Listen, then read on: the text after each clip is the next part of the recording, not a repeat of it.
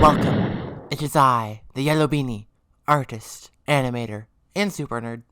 In this presentation, I have come to tell you, as a die-hard Marvel fan, that the MCU isn't dead.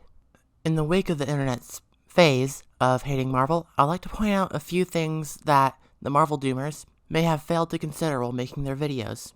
And maybe we can uncover why there is so much hate in the first place.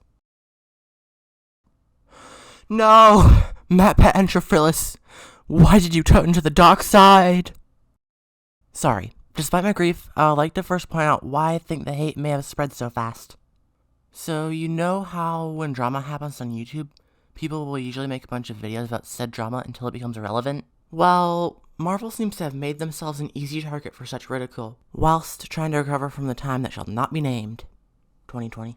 This was also during the timeline of Earth 1218 that Bob Chapek was Disney's CEO. In hopes to make more money off of Disney Plus, he pushed Marvel to make as much content as possible in as little time as possible. This order led to rushed CGI, worse writing, less cohesion, burnt-out artists, and She-Hulk. This is where, and a bit of why the hate probably started, and reasonably so, especially for the latter.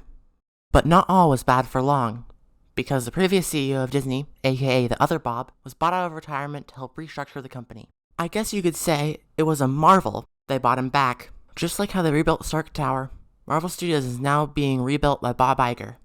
Sadly, there weren't any aliens involved in Marvel's metaphorical destruction. But I can dream. Due to the restructures, writers and artists now have more time to work on the Marvel films. Kevin Feige is also able to more easily manage the projects, due to many of them being pushed back to later dates.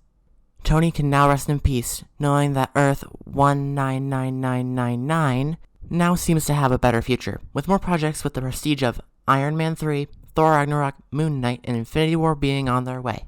Hopefully. Though, not everyone tries to see a marvelous future for the MCU, and that nihilism was where the main problem lies. Even after seeing Guardians 3, and hearing about the great restructuring, there are still quite a few people claiming that Marvel is still Victor Von Doomed.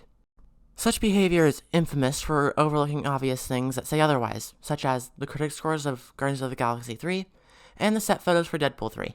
I mean, look at these costumes. As I say, the TVA needs to put you back in your timeline because Guardians 3 wasn't bad. The ending was great, and so was the writing and CGI. Did it disturb me deeply for 2 months straight? Yes, but that's besides the point. The trailer for The Marvels was also dislike bombed on YouTube, which seems undeserved. You are forgetting the amazing dynamics they could set between the three main characters. There is also this seemingly unnecessary controversy about the AI intro for Secret Invasion that was actually edited and assisted by real artists. And even when setting the intro aside, Secret Invasion is still a really well-written show.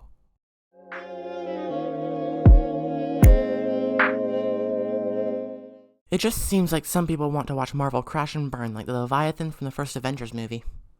Sorry to those people, but Marvel still has plans to keep expanding its universe well into the 2030s with the upcoming Mutant Saga and whatnot. Hopefully a lot of those projects are as good as Cherry Pepsi and Pineapple Fanta.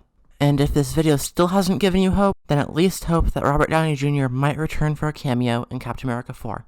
If that doesn't give you hope for the MCU, I don't know what will.